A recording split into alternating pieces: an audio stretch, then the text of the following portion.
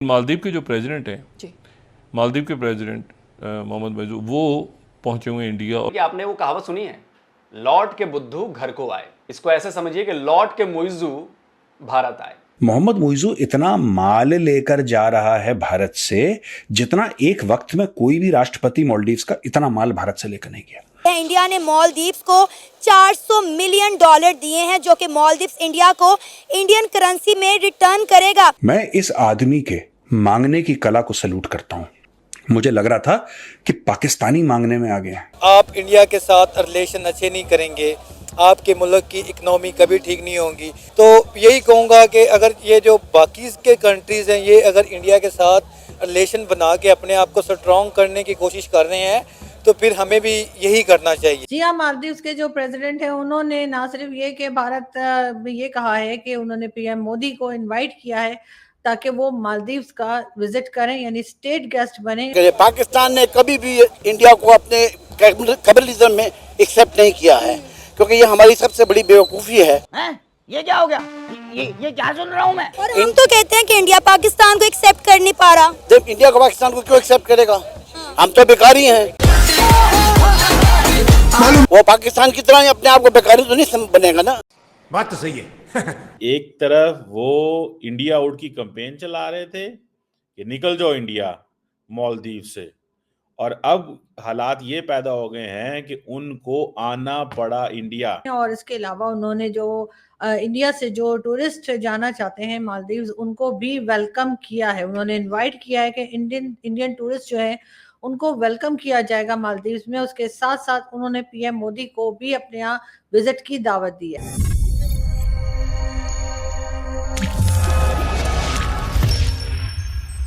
नमस्कार, जय हिंद दोस्तों मालदीव के राष्ट्रपति मोहम्मद मोइज़ू 5 दिन की यात्रा पर रविवार को नई दिल्ली पहुंचे। मोइज़ू इंडिया आउट का नारा देकर सत्ता में आए हैं। उनके भारत विरोधी रुख से दोनों देशों के संबंधों में काफी तनाव पैदा हुआ था। ऐसे में उनकी यह भारत यात्रा काफी महत्वपूर्ण है, खासकर मालदीव की अर्थव्यवस्था के लिए। मालदीव की अर्थव्यवस्था नकदी के संकट से जूझ रही है। मोइज़ू भारत से आर्थिक मदद की उम्मीद में आया है। पीएम नरेंद्र मोदी से सोमवार को नई दिल्ली में होने वाली द्विपक्षीय बैठक से पहले मोइज़ू ने कहा था कि भारत मालदीव की आर्थिक स्थिति को अच्छी तरह से जानता है। उन्होंने भारत से मदद की उम्मीद है। मोहम्मद मोइज़ू की यात्रा से पहले ही भारत बुनियादी ढांचे और विकास परियोजनाओं के लिए मालदीव को $1.4 अरब की वित्तीय मदद की पेश कर चुका है। भारत ने मोइज़ू सरकार के अनुरोध पर $50 मिलियन अमेरिकी के कर्ज अदायगी को स्थगित कर दिया था, जिसको देख आज पाकिस्तानी भी भारत से अच्छे रिश्ते बनाने के लिए बोलने लगे हैं। तो आइए दोस्तों, इसी पर आगे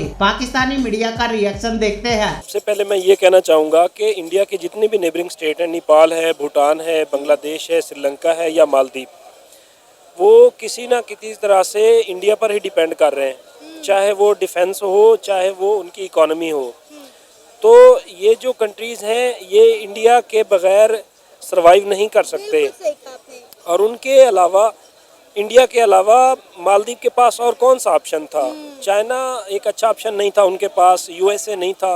तो उन्होंने सोचा कि चाइना और यूएसए को अड्डे देने से बेहतर है कि इंडिया के साथ ही कोई ना कोई इस तरह का डिफेंस एग्रीमेंट साइन कर लें, ताकि हमारी इकोनॉमी भी कोलैप्स ना करे और हमारा जो एक डिफेंस है और हमारे मुल्क की जो बका है वो भी खतरे में ना हो। तो सर, पहले इंडियन आर्मी को क्यों निकाला इन्होंने मालदीव से? पहले कहते हैं कि आप निकले और आज उनके साथ डिफेंस एग्रीमेंट साइन कर रहे हैं। मालदीव के अंदर जितनी भी मिनिस्ट्री ऑफ डिफेंस की बिल्डिंग है वो इंडिया बनाएगा, टोटली तौर पर इंडिया बनाएगा। और इसी के साथ साथ आपको एक और मज़े की बात बताऊं कि इंडिया मालदीव को $400 मिलियन दे रहा है, उनको फाइनेंशियली हेल्प कर रहा है, जो वो रिटर्न करेंगे इंडियन करेंसी में। देखें, ज़रूरत ईजाद की माँ है। ये चीज़ होती है कि पहले आंखें दिखाते हैं। बांग्लादेश भी अभी ऐसे कर रहा है। 1 साल गुजरेगा, बांग्लादेश भी इंडिया से माफ़ी मांगेगा, दोबारा से उसने इंडिया से ही रुजू करना है। यही सूरत हाल श्रीलंका की थी। श्रीलंका ने जब IMF के साथ डिफरेंट डील्स की, चाइना के साथ की, लेकिन वो कर्जे में डूबता चला गया। उसके बाद उन्होंने इंडिया से बात की तो इंडिया ने उनको कर्जा भी दिया। यही सूरत हाल मालदीव की है। अफ़गानिस्तान को देख लें, जो बहुत सारे हमारे तजियाकार हैं वो ये कह रहे थे कि जो अफ़गानिस्तान की पॉलिसी है वो इंडिया के अगेंस्ट जाएगी, लेकिन तालिबान ने इंडिया के ख़िलाफ़ कोई भी ऐसा स्टेप नहीं लिया जिससे उनकी इकॉनमी को नुकसान होता। उन्होंने अपने मुल्क की इकॉनमी को और अपने मुल्क के डिफेंस को देखते हुए इंडिया से दोस्ताना मरासिम रखे हैं। तो खित्ते के जितने भी छोटे कंट्रीज़ हैं वो नहीं चाहते, क्योंकि इंडिया वर्ल्ड लार्जेस्ट डेमोक्रेसी है, दुनिया की सबसे बड़ी आबादी है उनके पास, और दुनिया की 5वीं बड़ी इकॉनमी है, 3rd लार्जेस्ट पावरफुल आर्मी है इंडिया के पास। तो कोई भी नहीं चाहेगा कि हम इंडिया से अपने ताल्लुकात ख़राब करें। तो मैं अपने जो अरबाब इख्तियार हैं उनसे भी इल्तमास करूँगा कि वो अपने फ़ैसलों पर नज़र षानी करें, क्योंकि एक फ़िलासफ़र का कौल है, आप अपना दोस्त बदल सकते हैं लेकिन आप अपना हमसाया नहीं बदल सकते। तो सर अब पाकिस्तान चाह रहा है ना कि किसी ना किसी तरह इंडिया के साथ ताल्लुकात बेहतर हो जाएं। एससीओ सबमिट होने जा रहा है, डॉक्टर एस जयशंकर भी पाकिस्तान में आ रहे हैं, लेकिन उन्होंने आने से पहले ही वार्न कर दिया कि भाई हमसे हाई होप्स मत रखें, हम आएंगे अच्छे मेंबर्स की तरह एससीओ सबमिट अटेंड करेंगे और हम चले जाएंगे। इंडिया और पाकिस्तान के रिलेशंस पे बात नहीं होने वाली। पाकिस्तान तो चाह रहा है कि इंडिया के साथ ताल्लुकात में बेहतरी आए, लेकिन इंडिया पाकिस्तान के साथ ताल्लुक बेहतर नहीं करना चाहता। नहीं, ऐसा नहीं है। 73 साल से हमें ये पढ़ाया गया है कि इंडिया हमारा दुश्मन है, ठीक है। जब भी बात स्टार्ट होती है, किसी घर की लड़ाई हो, किसी फ़र्द की लड़ाई हो, किसी शख्स के साथ लड़ाई हो, पहले दिन तो सुलह नहीं ना हो जाती। वो एक दिन आएंगे, इधर का माहौल देखेंगे, ठीक है, आहिस्ता आहिस्ता आहिस्ता आहिस्ता हमारी उनके साथ बातचीत होगी, हालात बेहतर होंगे।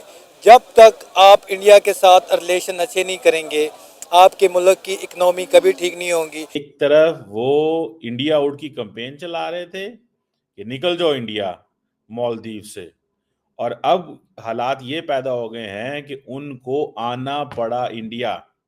और सोने पे सुहागा क्या है? सोने पे सुहागा ये है कि भाईजान मोदी साहब ने जफ्फी नहीं पाई, मोदी साहब ने गले ही नहीं लगाया मौजू को। मेरा ख्याल है प्रेसिडेंट मौजू जो है ये दुनिया का वाहिद लीडर है जिसको नरेंद्र मोदी साहब ने जफ्फी नहीं डाली, वरना बंदा 2.5 फुट दूर भी होवे तो मोदी साहब वो खींच के जफ्फी पा लेंदे ने, but he is the only man, he didn't hug him, ठीक है। और अब ये देखें कि एक तरफ इंडिया आउट कैंपेन चलाई मोदी साहब ने, अब वो आ गए हैं। मैं इस पे एक असेसमेंट करना चाहता हूं। मुझे ऐसे लगता है कि ये सारे की सारी जो चीज कोरियोग्राफ की गई है या जो प्लान की गई है, ये जयशंकर साहब का मॉडल है कि मौजू को करीब लेके आओ, ये उसका मॉडल है। देखिए, ही इज अ डिप्लोमेट। जो डिप्लोमेट होता है ना, डिप्लोमेसी के अलावा कुछ नहीं आता।